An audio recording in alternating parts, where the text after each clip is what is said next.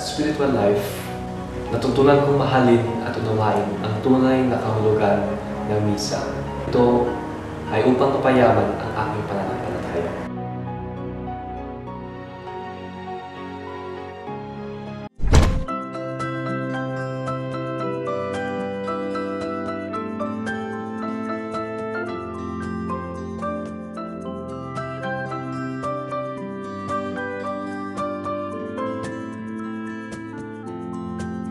Sa apostolate, dito namin na ibabahagi ang aming talento, kakayahan upang makatulong sa aming kapwa.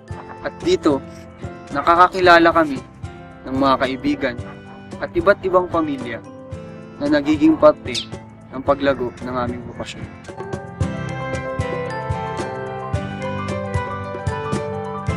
Natutunan namin makilala, tanggapin at respetuhin ang kultura ng iba.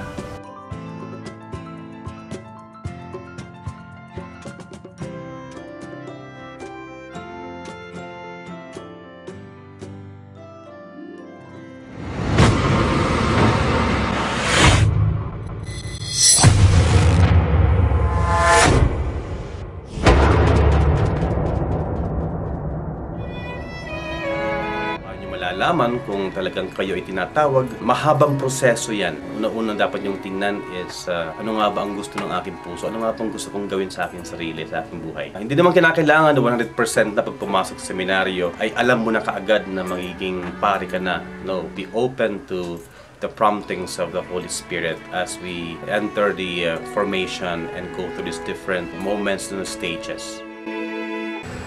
Bawat isa sa atin ay may pangarap sa buhay.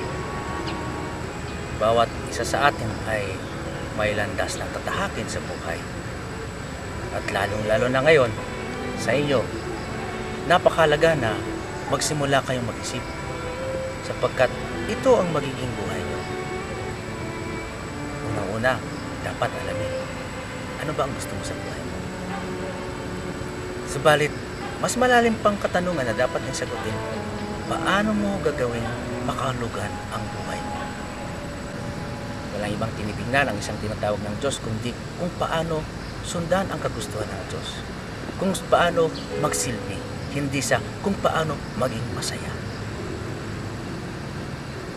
Sa inyong pag-iisip, sa inyong mga pagninilay, napagandang tingnan ninyo ang inyong karanasan at alamin, damdamin, tanungin ang Lord. Tinatawag ba kayo nito?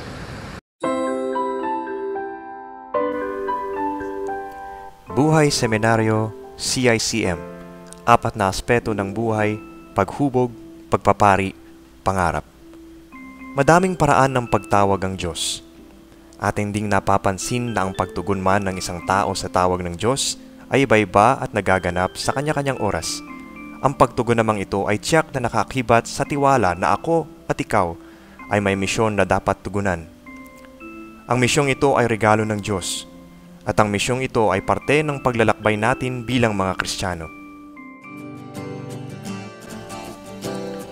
Ganito ang pagpapari. Maraming karanasan, maraming aspeto, ngunit iisa ang patutunguhan. Ang CICM ay isa lamang sa mga napakaraming tumugon sa panawagan ng Diyos bilang paring relihiyoso. Hindi man simple ang buhay na ito, sigurado naman na ang mga tumugon ng tapat sa tawag na ito ay nagsasabing natagpuan nila ang tunay na kayamanang handog ng Diyos at naghahatid ng malalim na kaligayahan. Ikaw, pansin mo ba na may kagustuhan kang yumapak sa buhay tulad ni Jesus? Handa ka bang dalhin ang buhay mo sa pag-akbang sa natatanging tawag ng Diyos?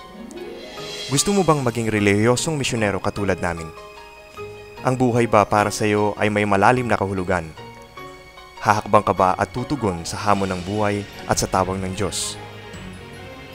Ang buhay ay may napakaraming hakbang. Ay huwag nating kaligtaan na ang pagkakbang na ito ay hindi lamang sa pansarili nating mga interes. Ngunit sana ating tingalalahanin na ang pagkakbang na ito ay misyon upang makatulong sa iba at magbigay buhay na rin sa kanila.